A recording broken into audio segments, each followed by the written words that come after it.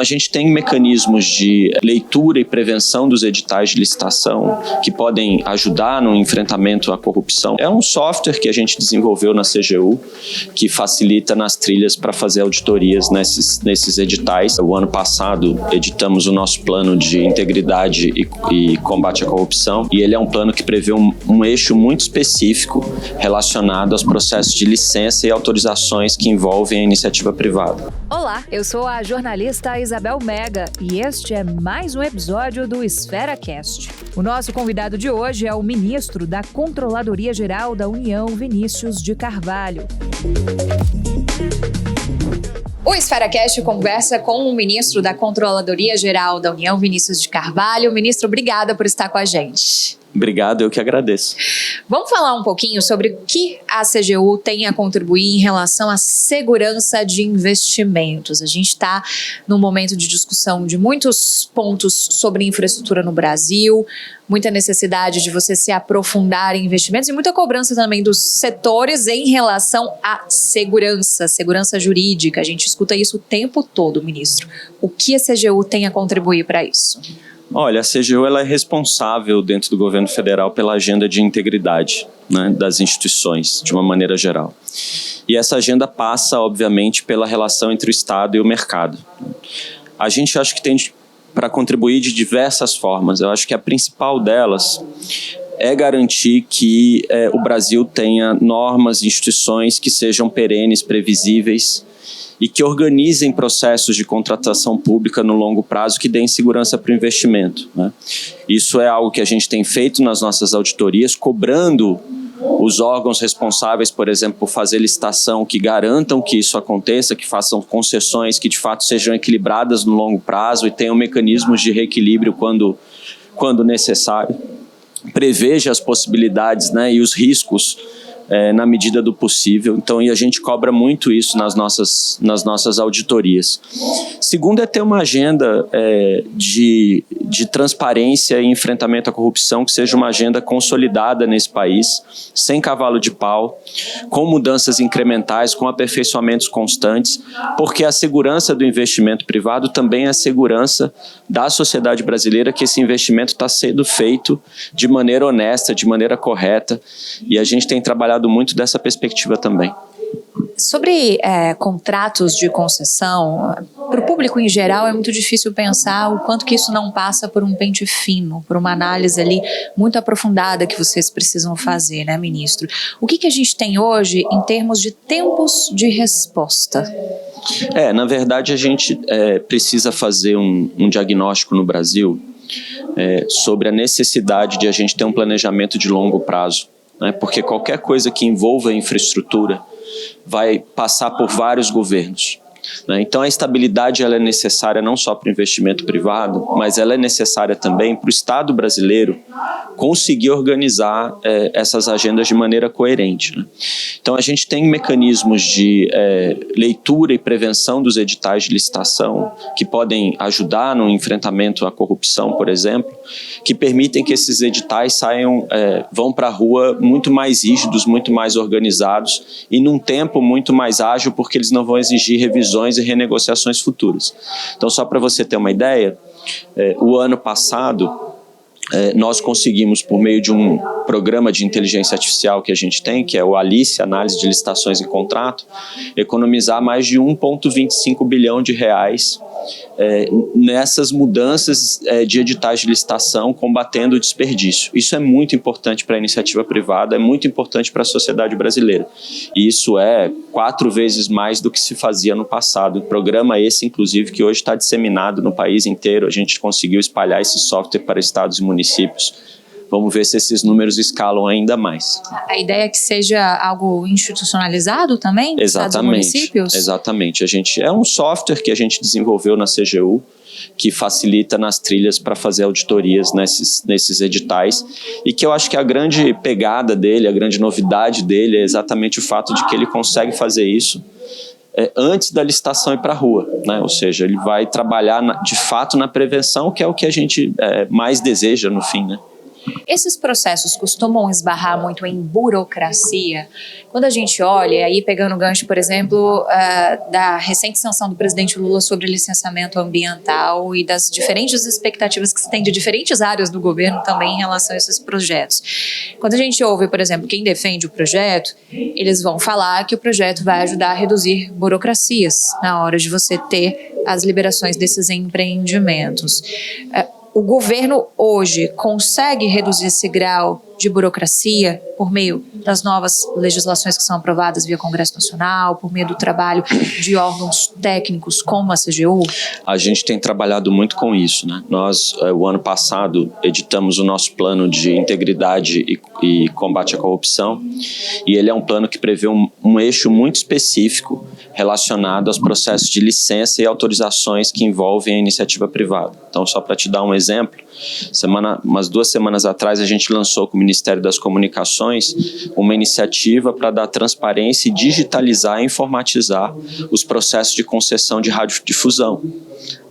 Porque esses processos eles entram numa fila, eles precisam ser analisados tecnicamente e eles precisam ser analisados num tempo hábil, de maneira segura e sem você correr o risco de alguém querer furar a fila, né? Então a digitalização e informatização desses processos ajuda muito a que a iniciativa privada que demanda esse tipo de licença tenha essa previsibilidade, e isso obviamente pode ter um impacto em termos de desincentivar qualquer tipo de comportamento também desviante na obtenção dessas concessões.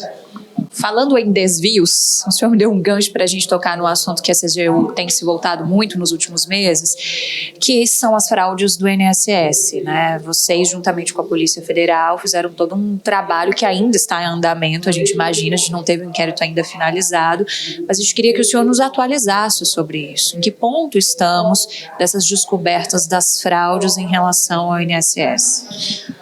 Olha, nós de fato fizemos uma investigação sobre essa questão do INSS porque nós identificamos um risco muito grande de que havia um desvio dos recursos dos aposentados e pensionistas brasileiros. É algo muito grave porque é uma população vulnerável que ganha sua aposentadoria, ganha sua pensão, depende do funcionamento de um sistema de seguridade social no Brasil que seja bem estruturado e que é um exemplo para o mundo todo.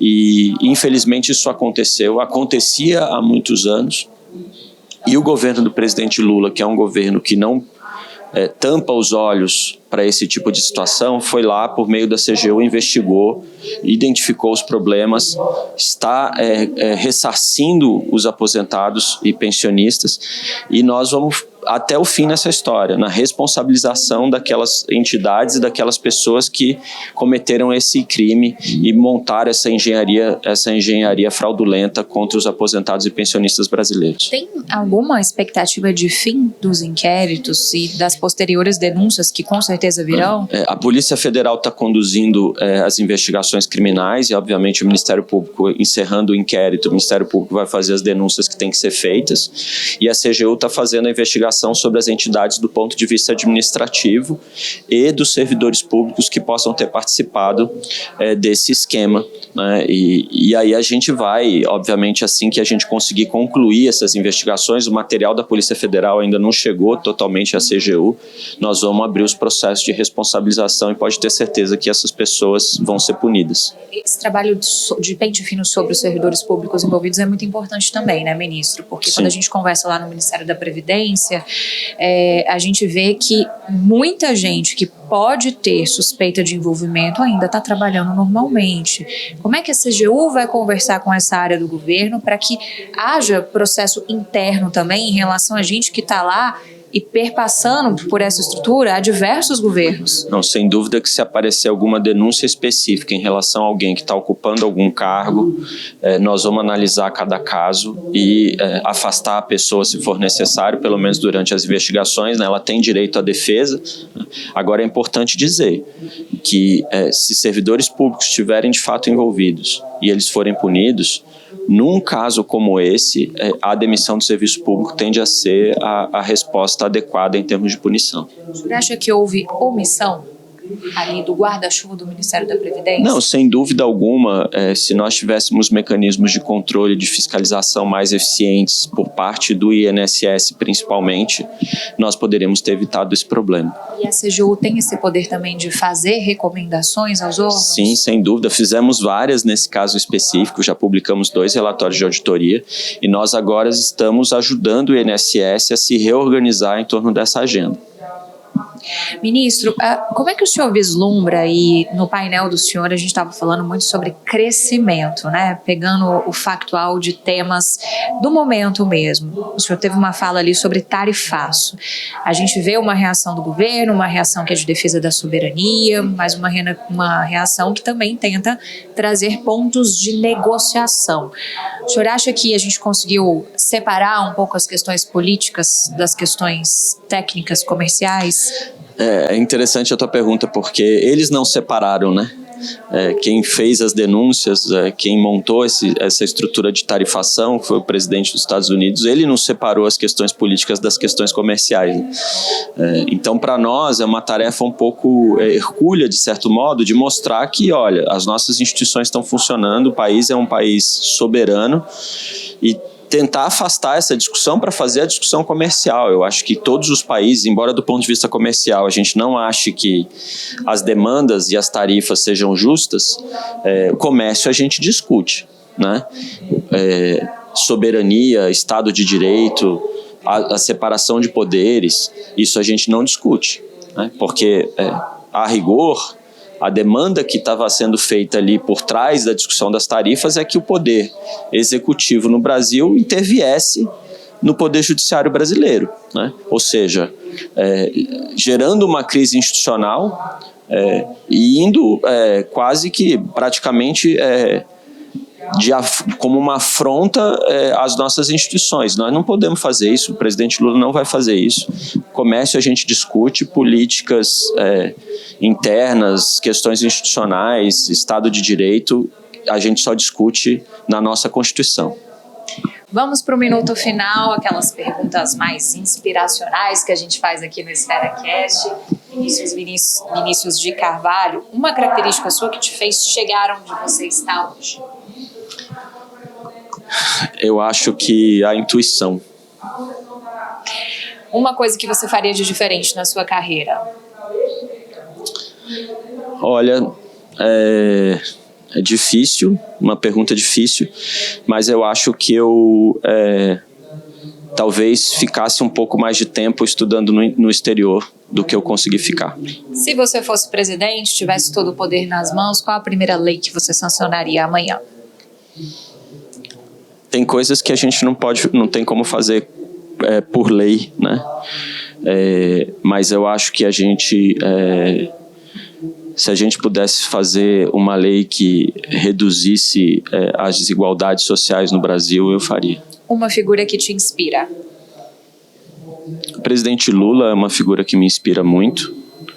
E eu acho que, do ponto de vista do mundo do direito, eu acho que não é fácil de achar uma figura específica, mas eu acho que os juristas brasileiros que defenderam o Brasil e defenderam a democracia brasileira me inspiram muito.